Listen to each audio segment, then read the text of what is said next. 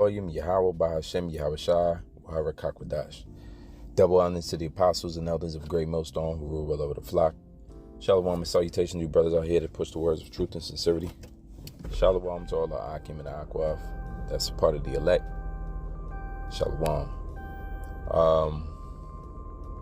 In this day and age, we got to remember to be wise as serpents, harmless as doves. And that could be expounded on in various different ways. Today I'm going to use it in the form of the rule. One of the rule of thumbs amongst GMS is be a Clark Kent. For those who don't know, Clark Kent was Superman's alias, or Superman's hidden, basically what he went out in public as. Okay, when he wasn't Superman, he was Clark Kent. Clark Kent he was Superman without all of the skills. He was Superman with glasses on. He was Superman more like a beta male version of Superman, right? Of a man, as a matter of fact. Now, that ain't to say go out here and be beta males. I ain't saying you gotta change your whole identity. But you can pretty much have a secret identity out here. Why? Because that's being wise, right? Remember, a snake, once it's caught or once it's seen, animals just flee from it. It's not going to get any food. It's not going to be able to eat. So it has to kind of fit in. Snakes are known to hide in plain sight because they'll camouflage. They'll go, if it's a green snake, he'll be in the grass. If it's a yellow snake, he's going to be near the yellow leaves that fell on the ground. He has to be able to camouflage. So hopefully what I'm relaying is that camouflage yourself, man. Through the spirit. We amongst Great Millstone, we don't put fringes on our garments for this very sake of being wise as serpents. And the fringes on your garment pretty much help the other nations identify you more than anything. And it just outs you. Now that's a part of our customs, but this is something in which we do not use on a day-to-day. We put our fringes on when we speak in public, and our borders are blue. So with that being said, you are able, just like a spy, all right? In the scriptures, David sent out spies. More than likely, all right, these spies didn't have borders of blue while they was walking about. This is Joshua, matter of fact, 1 Samuel 26:4. David therefore sent out spies and understood that Saul was come in very deed. In order to have a spy, in order to do a spy's job, you gotta be, inconspicuous, i.e. camouflage. Okay, you gotta fit in with the rest of them. All right, so we're like spies of the Lord.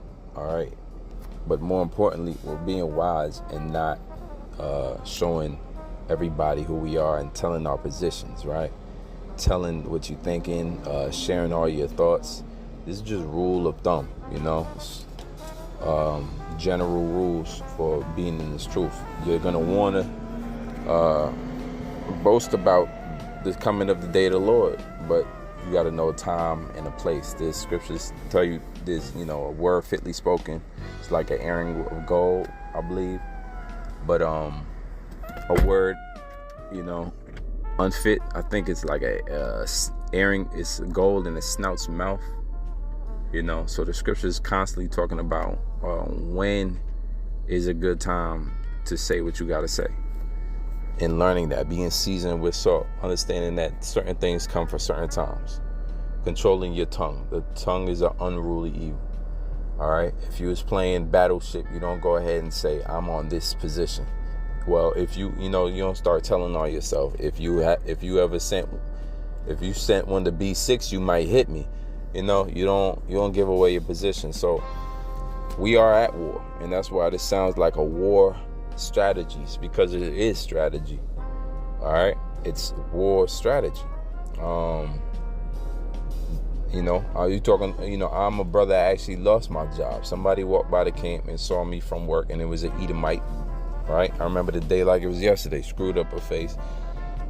Within the next month, I was gone. They did little tactics, and they didn't come straight out and fire me, because that would have been unlawful, based upon freedom of religion. right? In America, it's so-called. So they had to come different ways, and they hired somebody just to fire me. They brought somebody in from corporate. They sent me to the corporate office. They sent me to weird tasks, and they just found some way to just let me go without directly doing it. So if Esau moves like a serpent, Esau is smiling in your face and then writing legislation against you. He's smiling in your face while selling you these drugs. Everything about this living in this society is war. So behave as if you're under the radar, under the scope. And why would you ever do something? All right, it's already enough that we're out on the corners every week. We can't prevent whoever comes up to us. All right, we can't prevent that. The Lord is in the hands of the Lord. Whether we lose our jobs, whether people snitch on us, but we're not going to help them out with that. The same with social media. The Elder Ayathon went into that as far as brothers using the Hebrew social media with the Hebrew so that it's easier for your boss to identify you. You got your Clark Kent version mixed in with the Hebrew version. You just telling on yourself. My name is this. My government name is this. But I also go by Rapah Math of GMS. There's no need for all of that. You're telling on yourself, and it's a matter of time, right? Now the scriptures say to be as though you're somebody who knows and doesn't say. So let's get that real quick. Let's see if I can get that from the Apocrypha. This is Sirach or Ecclesiasticus 32:8. Let thy speech be short, comprehending much in few words. So there it is. You're not even this talkative guy. Let your speech be short. And that goes for me first because I'm the one saying it. All right? Let all of our speech be short.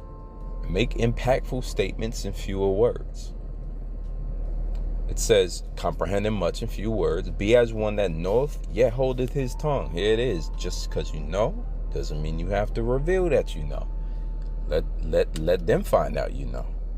Okay? They'll be like, what they'll say to you is, I had no idea you were blank, blank, blank. Fill in the blank. Right? And the reason we're doing this because, once again, we're wise.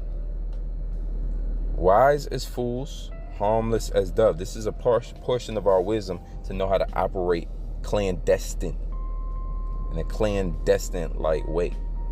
Matthew 10:36 says, a man's foe shall be they of his own household. That means the pillow talking. You quiet that. That means, all of your family members must know what day and where you at and who said what at camp and what's this guy's name and that guy's name. Man, cállate. Kill that. You don't have to do that. Don't put anything out there. The scripture says they shall be of your own house, foes of your own household. There's no reason you have to introduce me to one of your foes.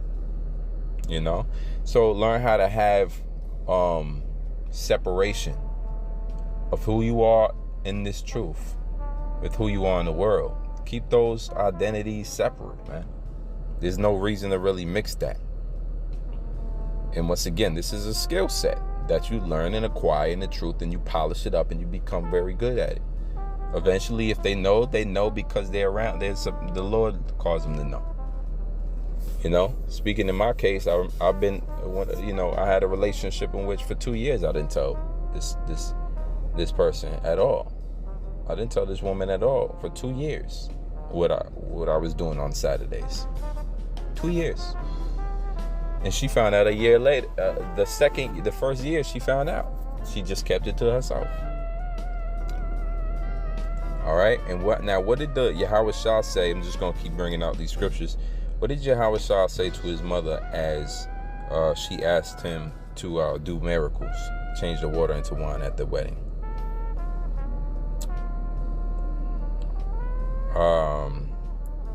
Let's see if I can grab it real quick. This is Luke 2 and let's start at Luke 2 and 40. Now this isn't that case. Salakia. I was referring to the case. I'm actually referring to the case in which Yahweh Shah walked off around Jerusalem alone during the Passover. This is Luke 2:40. And the child grew and waxed strong in spirit, filled with wisdom, and the grace of Yahweh was upon him. Now his parents went to Jerusalem every year at the feast of the Passover. And when he was 12 years old, they went up to Jerusalem after the customs of the feasts. And when they had fulfilled the days, as they returned, the child Yahushua tarried behind in Jerusalem. Joseph and his mother knew not of it. So they lost him for a while he was 12. But they, supposing him to have been in the company, went a day's journey and sought him among their kinsfolk and acquaintances. And when they found him not, they turned back to Jerusalem seeking him. So they went halfway back to Egypt until they turned back around. And it came to pass after these 3 days, they found him in the temple, sitting in the midst of the doctors, both hearing them and asking them questions. And all that heard him were astonished at his understanding and answers. And when they saw him, they were amazed. And his mother said unto him, Son, why hast thou dealt with us? Why hast thou thus dealt with us? Why did you do this to us? Why did you walk off on us like that? Behold, thy father and I have sought thee sorrowing. Right? We're losing our minds looking for you. Yahushua's response is crucial here in understanding business matters. He says, and he said unto them, How is it that ye sought me? Wist ye not that I must be about my father's business? And they understood not the saying which he spake unto them. Not only did Yahushua tell them a deep saying that they didn't understand, a parable at age 12 he's already hitting them with, but he didn't even go into specifics. Now, this is not for children to be all rude and nasty with their parents, but this is Yahushua as a man-child, knowing that he has a purpose, and his purpose must be fulfilled out. At age 12, he knew his purpose was to do his father's bidding. And he didn't go into details. Well, this is what my father wants me to do. He wants me to go up on the cross. He didn't go into that because that's his father's business. He kept his father's business personal. He kept his father's business to himself, just like real business. You don't go ahead and tell how much money you made. Only the IRS and you and the father knows how much money you're supposed to make and how much this and how much that, right? So, father's business. He didn't go on into details, right? So that's how Yahushua moved. How much more so us in these days? Everybody doesn't have to know everything about what you're doing a particular time and how often you do it and when you make your videos and what was your last one on, and break this down for me. You're not anybody's personal breakdown. If you assess the situation, okay? Assess the situation. Now, Yahushua spoke in parables, right? And we all know a parable is a deep, dark saying. Let's say one thing about parables is that if you can just assess people like this. Ask one of these dudes who you thinking about telling the truth to, or it's a woman, it's an Eve, it's somebody in this world who you thinking about on the side, not at camp, not in video, but you think about actually speaking and sitting down and teaching the truth to. Ask them a riddle. I mean, just get a riddle off of YouTube. See how they respond to that. If they can't respond to a riddle, if they're not even appropriate about a riddle, what makes you more think that they're going to be in tune to Yahushua who spoke in parables and riddles? What makes you think? Ask a man, I have 5, what's black and white and red all over, and see his response to that. Man, somebody will tell you D's. If the nigga's response is D's, and you say D what? And he says D's. If that's his response, he not ready, man. Leave him alone. So you got to, know who you're talking to. The scripture said, know to whom thou doest good. So you got to know, you got to have some discernment. You can't just be out here telling everybody what you do. All right? The elders and the apostles used to say, you can't be an open book out here. You're out here an open book. So the chances are, if he don't like a riddle, he won't take in the truth. All right, again, being wise as a serpent, harmless as dove. The scripture says we're sheep amongst wolves. Some of these people who you telling this to is a wolf. And now you just gave the wolf the location or how to take you down. Because guess what? Taking you down essentially is snitching on you to your boss, which has been done to brothers. Taking you down could be, snitching about where you live to the internet. These things get ugly out here, man. So always remember, man, the scriptures talk about men that spy out our liberty. Just keep in mind that certain people you talk to are just in the stead of a spy. They're in the lot of a spy. And so they will try to deceive. They'll use interest. They'll show interest just to acquire information that they can hold and use against you. Be wary, be careful, man. Because no matter how you deal with people, guess what? Now, John the Baptist, they mocked John the Baptist when he was withdrawn from the people. They called him crazy. Say he was a man who ate wild locusts and honey in the wilderness. And Yahushua, on the contrary end of the spectrum, on the social spectrum, was dealing with the people. He was talking amongst the groups. He's talking amongst men. All right. He was feasting at the tables of sinners and publicans alike. And they called him a wine bibber. So they're going to mock you regardless. You get no points in this world by behaving as if you're just an open book. Abu Radazah, this video was edifying as always. Till next time, call Lawyer Mihabashim Yashah. Shalom.